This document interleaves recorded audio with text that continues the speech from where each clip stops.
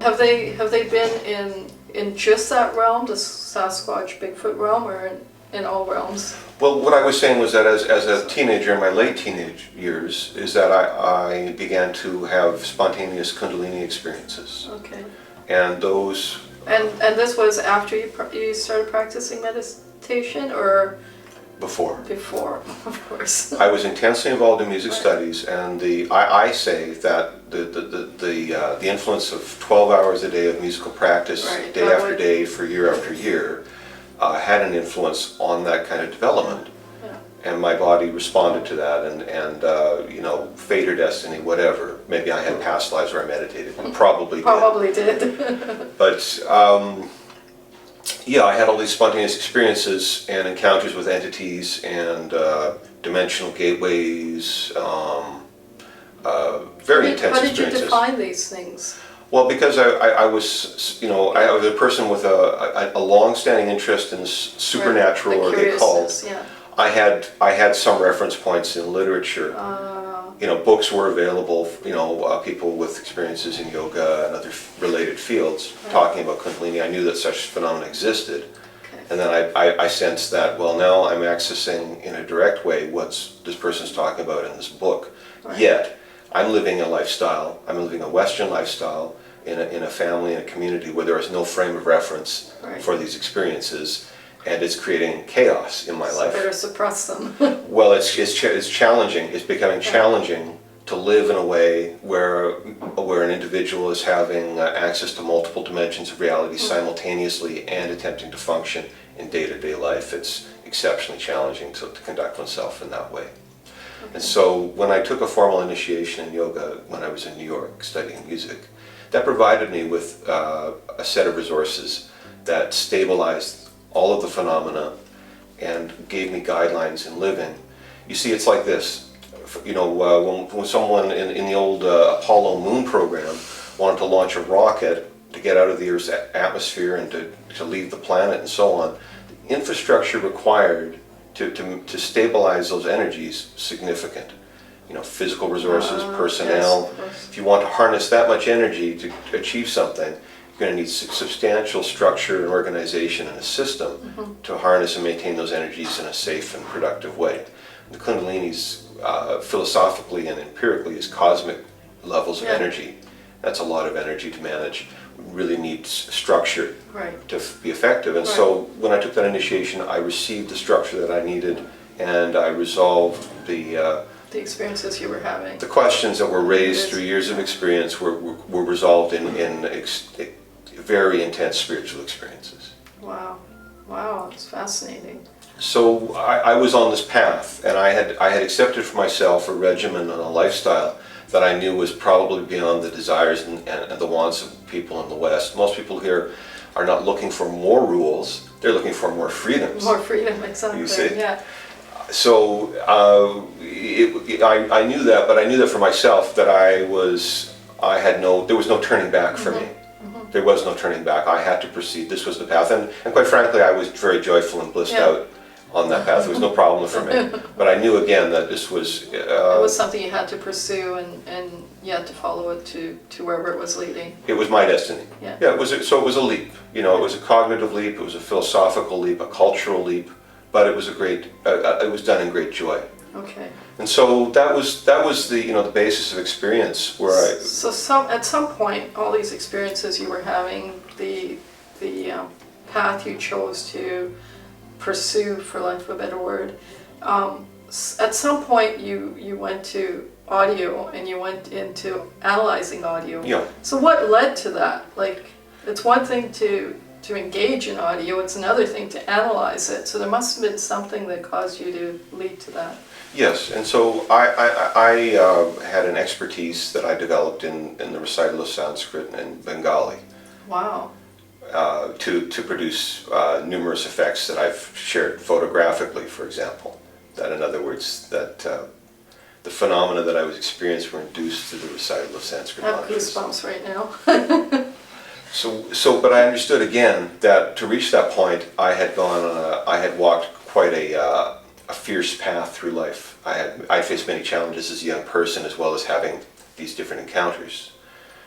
what I saw through these studies that were being offered in San Diego County in Southern California was access for the Western individual into principles that were well understood in South Asian philosophy and spiritual science, without the requirements, the substantial requirements of disciplines, etc. That there was an intervention that was available that would allow people to have engaged with experience the power of the sound, that is access to the human voice, that they would be able to engage that without having to commit, to make a lifelong commitment, such as I had.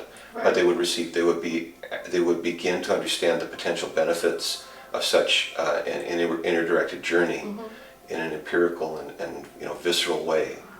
And so I saw that there was this program in Southern California that was being offered, and it was through a post-secondary vocational training school. And the designations that were being given upon completion of the programs were in line for U.S. Department of Labor status under clinical medicine. Because serious people with substantial academic backgrounds had reviewed this body of work and had decided that it was in fact legitimate and worthy of scientific study and had a long-term future because of the potential benefits you see in conventional therapies, in Western-style psychology and counseling. For those who have not gone the path of just prescribing pharmaceutical medications as a solution or the cure-all to every emotional issue, those who are attempting to provide counseling services, typically there's an intensively long discovery process that's involved. And in fact, the entire counseling may consist of discovery only. And I saw the opportunity to produce resolution at an early stage rather than keeping people in a state of emotional suspense regarding the resolution of unsolved traumas from childhood or whatever. Emotional traumas. Whatever they were working with. There was no need to sustain people in the long periods, 7-year periods of discovery, when a much shorter term intervention would be possible. And that was the greatest gift I saw that was possible in these studies.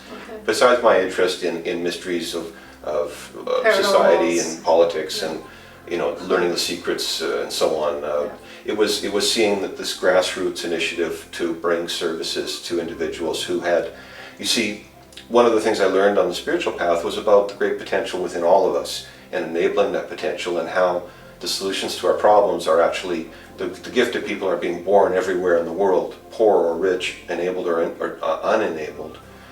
By enabling people to access their inner potential, it was going to, in the long term, lead to a greater society, and I would benefit from living in that better society. Absolutely. Because those with the solutions would be empowered to bring those solutions forwards. Whatever, at least on a psychological level or an emotional level, that might contribute to that. Yeah, that instead of inhibiting, they would be enabled to express in a clear way. They would be empowered, and that I saw that. I said to myself, this would be something very important on a number of fronts, not just healing modalities, but the social future as well was key. I read in the papers just on the way here that in British Columbia the gaps in mental health services and concerns regarding cases of what's described as mental illness, well, the police are being burdened with responsibility for interventions because the health system here, but by their reporting and their investigations, is failed. Wow. And so, although there are many great people still working in medical health in British Columbia, the infrastructure here has not met the social demand. And so we can see that we live in a society where there are tremendous gaps, and people may want to pursue solutions towards these through conventional avenues. I chose a non-conventional avenue, but I did it on the strength of personal experience, and I was able to demonstrate significant results very early in my practice. It's almost like your life journey led you there, almost dynamically. I had all this background in acoustical studies, ear training. I had all this background in researching and investigating the sciences, the Asian sciences of yoga that were long established, and personal experience in those areas.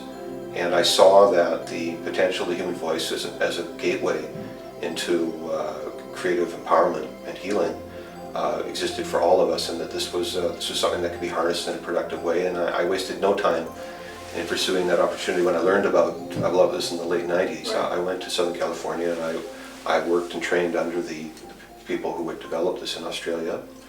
I left their community, but not before I had been participant in some major cases that were assigned to me, including an investigation and a prosecution involving federal police in 3 different countries, in Germany, Wow. United States, and Canada, where I produced analysis that was reviewed more than once by CSIS and RCMP national security individuals who were pursuing a prosecution.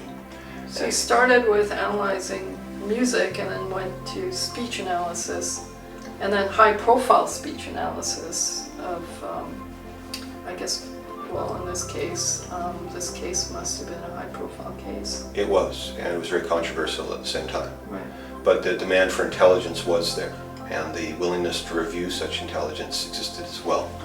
And so, while I'm talking about a subject that to some people may seem extraneous and almost like a fantasy, Right. without any experience in this area, I am saying that the people who are insiders, not only in police services but intelligence services, will draw from many sources Right. if they feel that they can advance a case. And I was one of the sources involved in a particular case involving federal investigation and prosecution.